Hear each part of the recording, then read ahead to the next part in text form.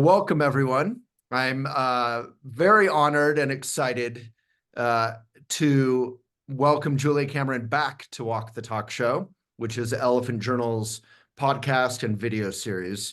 And Julia Cameron, for the three people who don't know, is a writing teacher and a writer without peer, author of The Artist's Way, which I think has sold Julia it's sold a few copies by now, right? 5 million or so. Yes. Yeah. Which I'm sure you didn't expect that when you wrote it, right? You thought it would be a nice book that would maybe do well, but it's become a classic in the field that is, renowned even among people who don't consider themselves writers. Mm-hmm. How did did the success of The Artist's Way and the book subsequently surprise you? Well, I thought when I wrote it that I was writing it for about 10 people who were Wow. my close friends who were blocked. And so when it came out and it began to go word of mouth, hand to hand, and collect a little bit more renown, I was thrilled. I was surprised. I was delighted. I was astonished. And that's my scoop. So I think part of, what made The Artist's Way so powerful and again accessible to folks who don't even really care about writing, but they care about living a meaningful life is the morning pages and the various tools, as you call them. And this new book, and I understand you have a galley, an early version of the book. Can you show the readers? It's gorgeous. I just got to look at it. It's like a sky blue and a gold, just beautiful. Living the Artist's Way. So this one is entirely about what? And you talked about it many years ago when you first wrote the first book, The Artist's Way.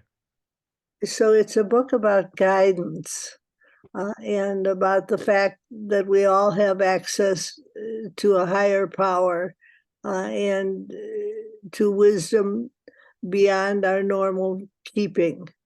And when I wrote The Artist's Way, I introduced the tool of guidance, and I said, it's normal, it's natural, you can do it, please try it.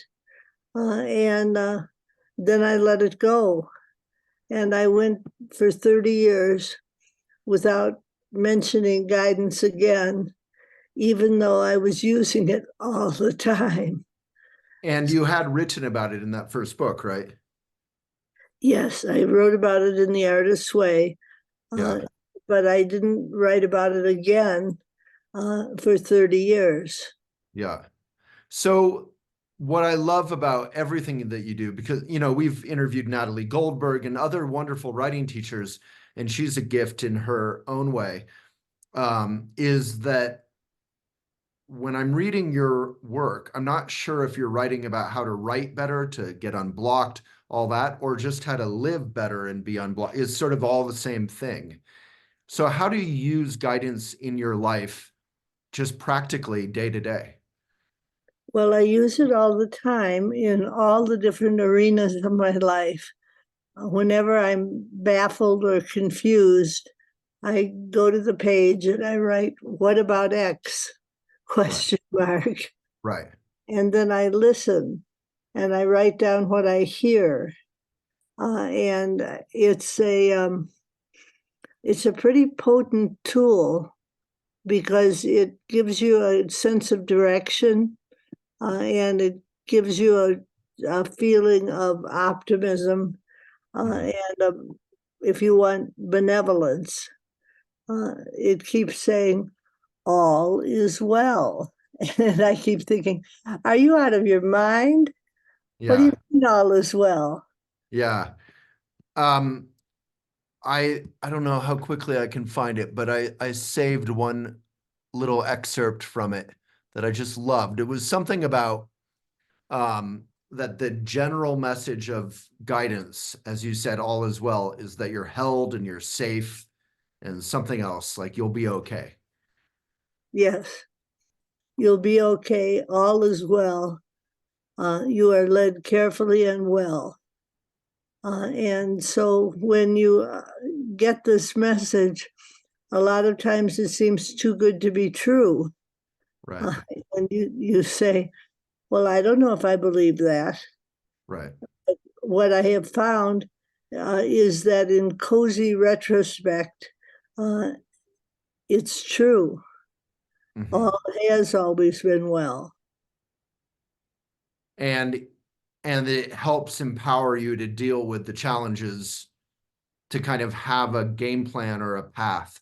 Perhaps it kind of opens up that path through all the, because life, as we're seeing in the news, and as we know, it's like full of warfare and suffering, and the planet is heating up, and a lot of fear and confusion and anger can arise looking at that. So how does guidance kind of show us a path in our own lives? Maybe say more about the listening. How do you open up to listen? Well, I do it pretty easily. I Mm, have a tool called Morning Pages, mhm, which are 3 pages of longhand morning writing about absolutely anything, uh, where you're saying, I like this, I don't like this, mm, I want more of this, I want less of this. mm. And you're finding yourself tuning in to a benevolent something. And so what I do is I write my 3 pages of morning writing, and then I ask my question, what should I do about X? And I listen. And listening, I write down what I hear. And it's like taking dictation. It's not like trying to think something up so much as it is trying to take something down. And I find that when I do this, I'm led a step at a time. And I think it's possible for everyone to do this and to be led. And so when I wrote this book, I was conscious that I was asking people to do something which might feel a little bit woo woo. Right. And I decided, well, to hell with it. Yeah. We'll we'll just be woo woo, and we'll see what happens. And so what has happened is that when I introduce the tool of guidance when I'm teaching, uh, people take to it readily. The people are much more open-minded than I had thought. People have the bad news, as you were saying, about the world, and then they have the chance for good news, and most people grab for the good news. Yeah, it feels, I mean, so I don't know if you know Suzuki Roshi, who wrote Beginner's Mind, Zen Mind, Beginner's Mind, but he has this great quote that you remind me of, where about opening up your mind and listening. And he says, in the expert's mind, there are few possibilities. In the beginner's mind, there are endless possibilities. Um, and I think there's nothing woo-woo about opening up your mind and listening. And I think especially coming from you, there's that trust. I don't like genuine, like the woo-woo charlatan kind of culty stuff, but this feels like you're just listening and opening. And if anything, that's less woo-woo than having a fixed mind, like Suzuki Roshi talked about, like where you've already everything's solid and you know conceptual. Well, I So, think yeah. you mentioned before that you had Natalie Goldberg on the show, Yeah. and Natalie is a girlfriend of mine, Oh, and she's remarkably open-minded, yeah. and I think uh, she would define herself as a Zen Buddhist. Yeah. And I think that if you define yourself as a Zen Buddhist, you can go forward and have a Zen Buddhist openness. Mm-hmm. And I think that people are ready for openness. Mm-hmm. And that was sort of the risk I took writing the book, was wanting to say, are you ready to try this? Just try it. Mm-hmm. Try writing a question out. Try listening and writing the answer down. And see if you don't find that it's benevolent. And that process of listening and writing it down, it's not quite like wishful thinking or like a vision board where you're kind of saying, I want this, I want that. It's more just opening up and seeing what happens. Yes, I think that's fair. I I think that when you open your mind, you open it to endless possibilities. And I think that that openness is something that we can cultivate, and we do cultivate it. Yeah. And again, this can help us unblock, like find our way forward, whether it's writing, because so many people look to you for help with writing, or again in our life with all of our challenges and our setbacks and our failures and our victories. And, we can find our way through all of that just by listening. Is that sort of the power of guidance? I think that's very much the power of guidance. I think that what happens is that we pose a problem, and it. I don't think of The Artist's Way as a book on writing, so much as I think of it as a book on life. I love that. I think that as we open ourselves up to guidance on a specific issue, what may happen is that another issue will come rushing to the fore, and we will find that there is a sort of hidden agenda that the guidance is wiser about. Uh, for example, I wrote, what shall I do about my writing? And I heard back, your sobriety is solid. And I thought, what do they mean my sobriety is solid? But it's been 45 years since I had my last drink. And I think that guidance keeps track of those things, and reminds us of our priorities.